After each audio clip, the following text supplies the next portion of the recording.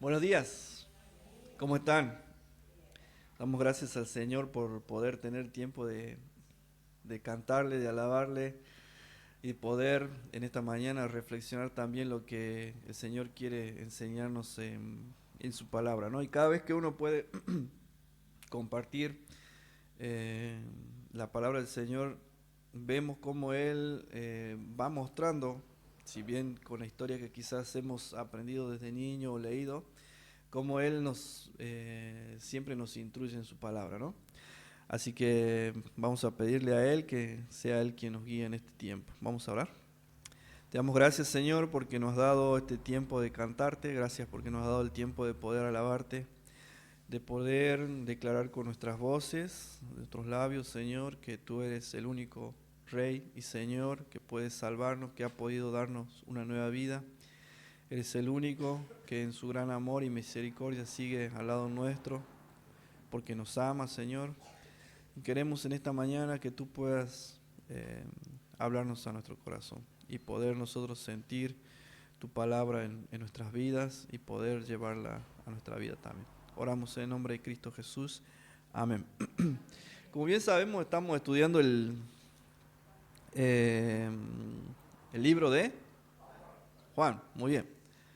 Ya estamos en el capítulo, bueno, a mí me tocó hoy el capítulo 9, ya estamos prácticamente pasando la mitad o llegando a la mitad de lo que es el libro de Juan.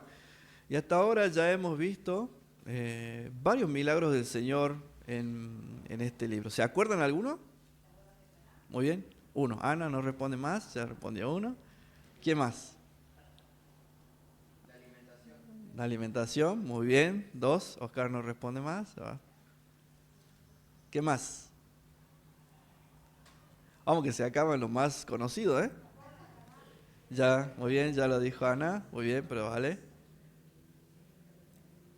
Ya van la boda de Canaán y la alimentación de los 5.000 que dijo Oscar, ¿sí? Hay uno que es el último, que le voy a decir yo porque todavía no lo hemos visto, que es la resurrección de Lázaro, ¿sí?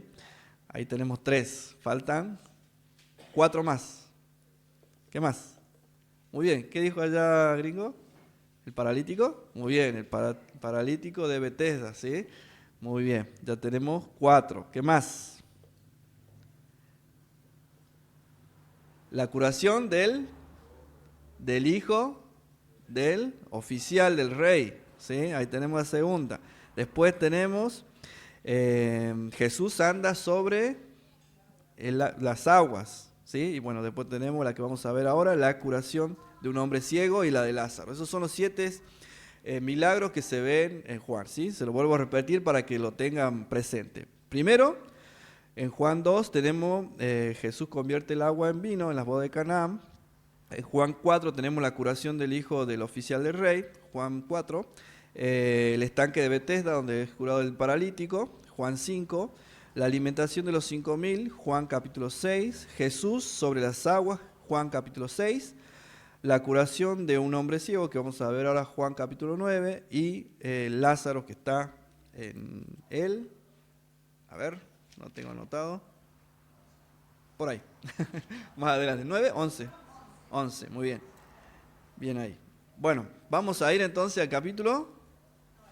Si prestaron atención, ¿a cuál vamos? Capítulo 9 de Juan. Así que busquen capítulo 9 de Juan.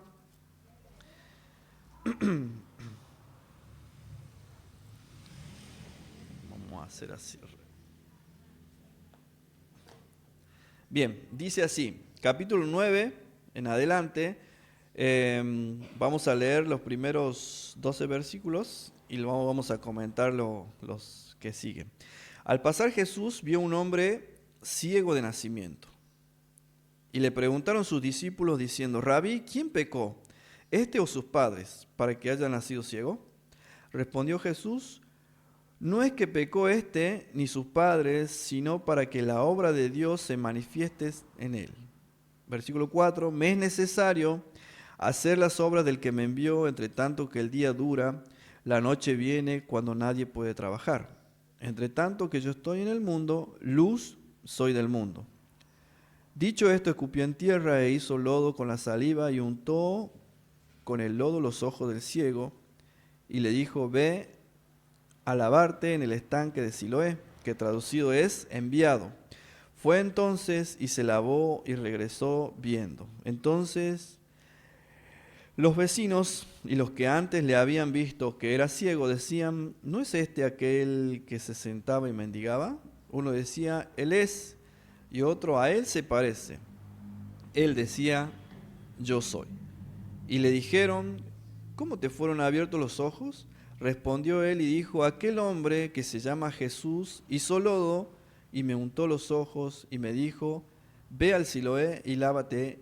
Y fui y me lavé y recibí la vista. Entonces le dijeron, ¿dónde está él? Él le dijo, no sé.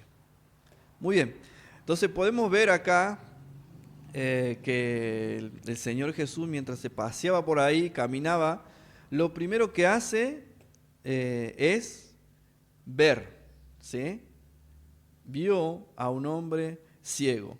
Ahora vamos a ver 4 puntos nosotros que tienen que ver con respecto a estos versículos que hemos leído ahora. Y lo primero que podemos ver que el Señor Jesús, en primer lugar, identificó el problema. ¿Y cuál era el problema que tenía esta persona? ¿Sí? No podía ver. ¿Sí? ¿Y a quién le hace acordar eso? ¿No se acuerda de usted mismo? La verdad es que la Biblia nos enseña que nosotros éramos ciegos también, porque no podíamos ver la realidad en la cual estábamos viviendo. Quizás vivíamos una vida en la cual, a nuestro parecer, independiente de Dios, estaba bien, ¿sí? Quizás tenías tu trabajo, tu familia, hacías lo que una familia normal hace, te ibas los fines de semana a algún lado, te ibas de fiesta y todo parecía normal, ¿sí? Pero cuando el Señor Jesús vio nuestra ceguera espiritual, que no podíamos ver lo que realmente era vivir una vida con Cristo, se acercó a nosotros, identificó el problema en nuestras vidas. Y cada uno de nosotros hemos tenido ese problema. Y quizás también otros físicos. No necesariamente tiene que hablar de un problema físico acá, sino del problema espiritual que todos hemos tenido. Y fíjense qué diferencia, ¿no? Porque los discípulos lo primero que hacen, ¿qué es? ¿Qué ven ellos? Porque yo me imagino caminando al lado de él y que el Señor Jesús lo miró y sus discípulos se dieron cuenta que vio esto. Entonces ahí nomás le preguntó, Señor, ¿quién pecó? ¿Quién pecó? ¿Sus padres? Ahora, los discípulos, estando aún con Jesús, había algunas pequeñas cosas que ellos no habían terminado de comprender, porque aún, no sé si recuerdan, que no lo podían reconocer y Jesús había hecho tantos milagros y aún así no lo podían reconocer porque estaban cegados, ¿sí? Pero también creemos que es un proceso en el cual los discípulos también iban creciendo y también aumentando la fe en Cristo. Pero ellos le preguntaron esto, ¿no? Y el Señor Jesús no es que esquiva la pregunta, sino que lo lleva a que puedan entenderla profundamente, ¿sí? Dice, no es que pecó este ni sus padres, sino para que la obra de Dios se manifieste en él. Entonces podemos ver primero que el Señor Jesús identificó el problema. En segundo lugar, en el versículo 2 al 5 dice, y le preguntaron sus discípulos diciendo, Rabí, ¿quién pecó este o sus padres para que haya nacido ciego? Respondió Jesús, no es que pecó este ni sus padres, sino que para la obra de Dios, para que la obra de Dios se manifieste en él. Este era el propósito, ¿sí? Jesús primero identificó el problema y luego mostró el propósito. El propósito era manifestar la gloria de Dios, el poder de Dios.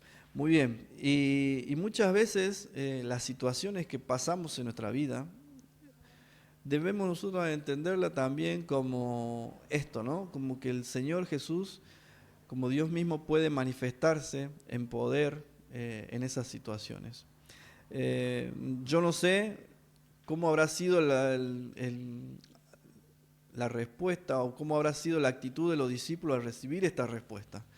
porque ellos no se esperaban. Quizá era algo normal decir, bueno, hay una persona en ese tiempo, una persona que estaba con alguna enfermedad física, decían, bueno, este peca mucho o pecó sus padres. Entonces era como algo en el Antiguo Testamento que sí decía la Biblia esto, pero que acá podemos ver que el Señor Jesús viene a confrontar esa realidad y decirle, no se trata de eso, ya no se trata de quién pecó o lo que había pasado en su vida anterior, sino lo que ahora el Señor Jesús estaba haciendo en la vida de esa persona.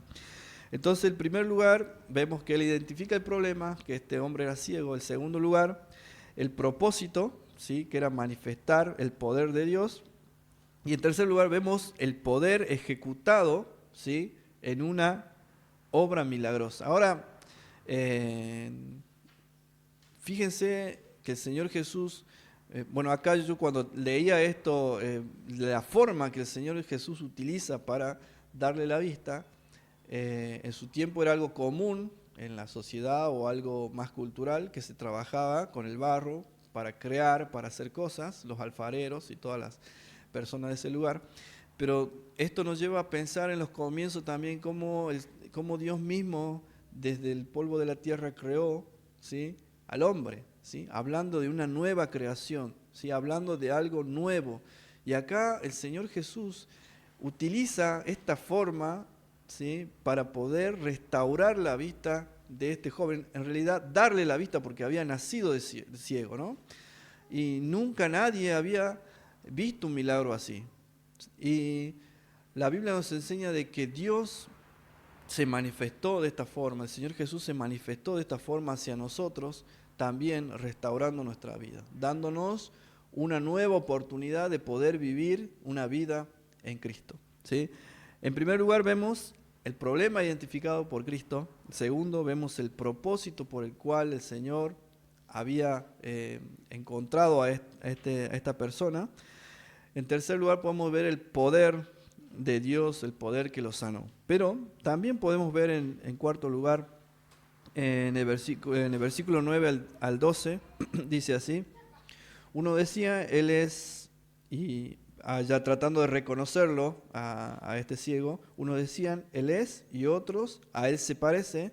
Él decía, yo soy. Y le dijeron, ¿cómo te fueron abiertos los ojos? Respondió, él le dijo, aquel hombre que se llama Jesús hizo lodo, me untó en los ojos y me dijo, ve al Siloé y lávate. Y fui, me lavé y recibí la vista. Entonces empieza él a proclamar lo que había pasado en su vida, ¿sí?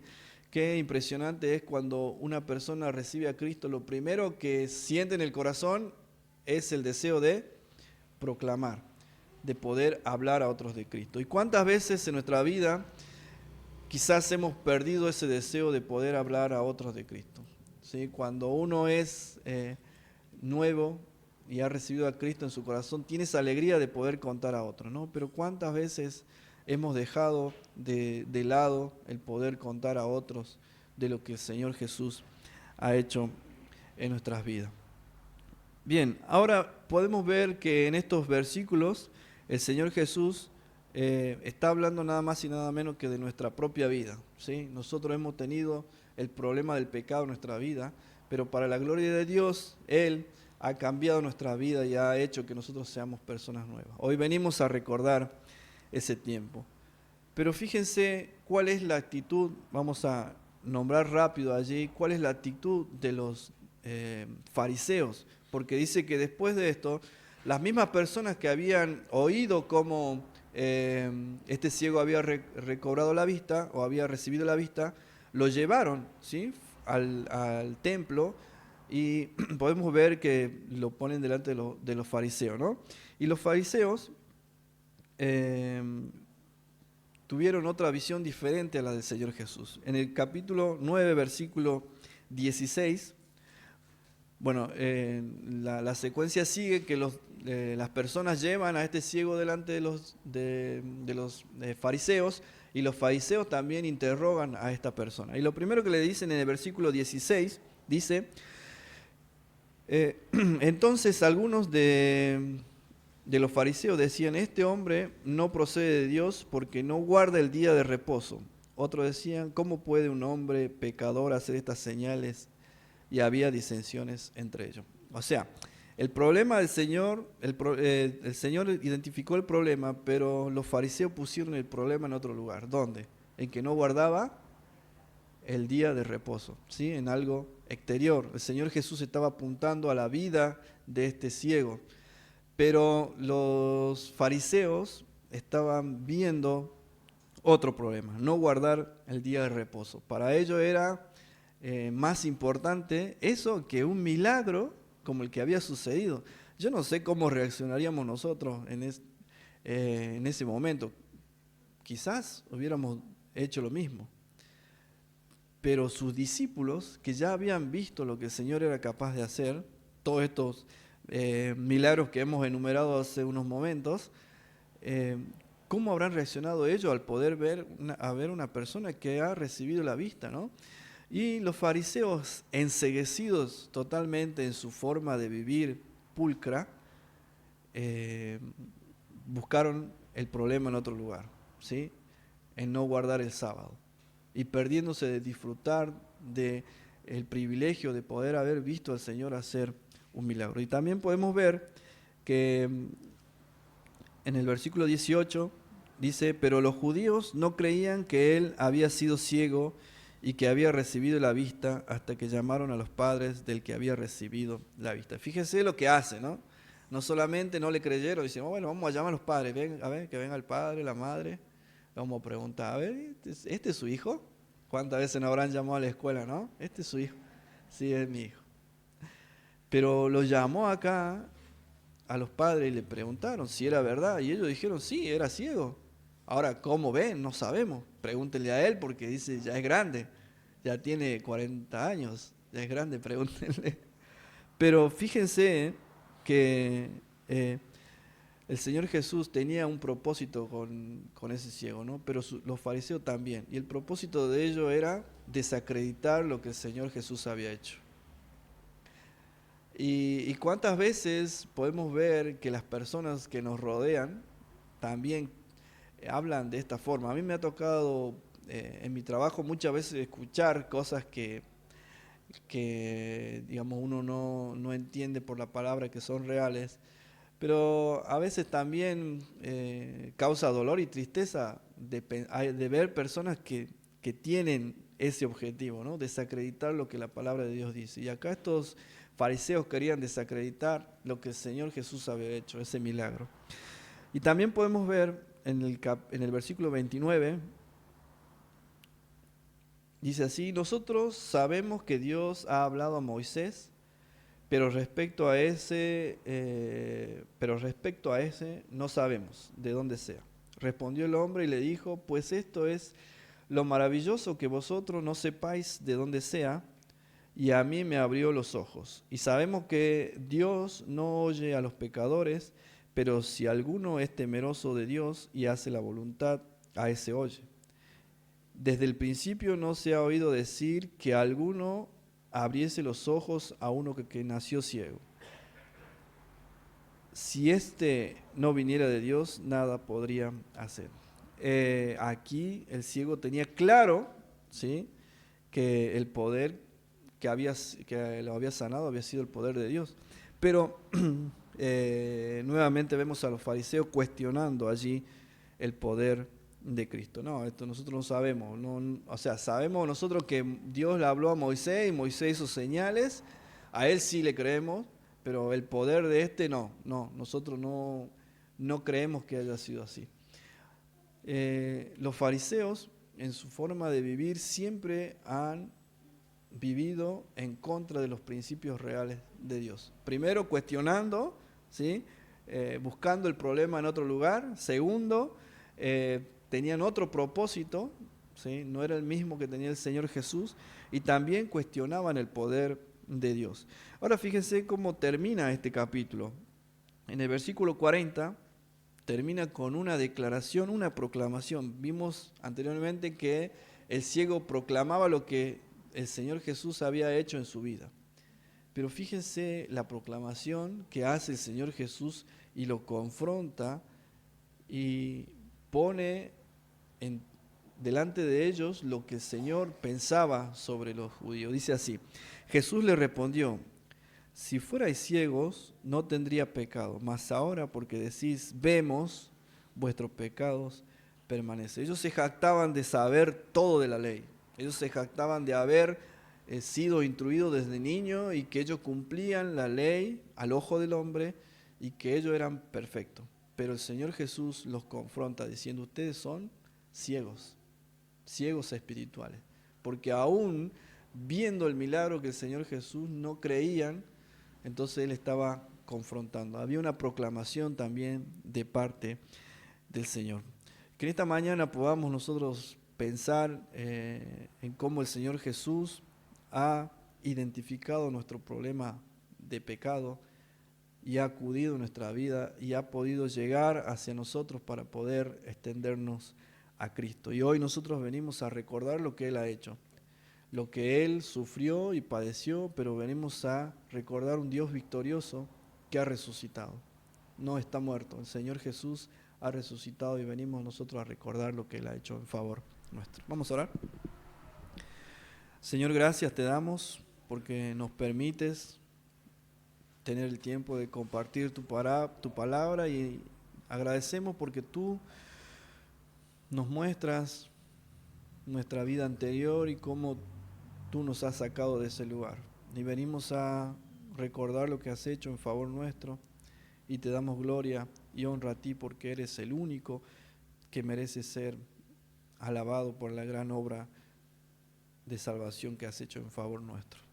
Te pedimos que ahora al pasar los símbolos en nuestras manos podamos recordar la vida que has llevado en este mundo y cómo tú, Señor, nos has dejado la enseñanza de tu palabra y cómo tus obras milagrosas también han quedado para que nosotros podamos creer en ellas y podamos creer que tú eres el Hijo de Dios, que tú eres Dios, que tú eres el único que puede acercarnos al Padre. Gracias por esa obra redentora en favor nuestro. Oramos en el nombre de Jesús. Amén.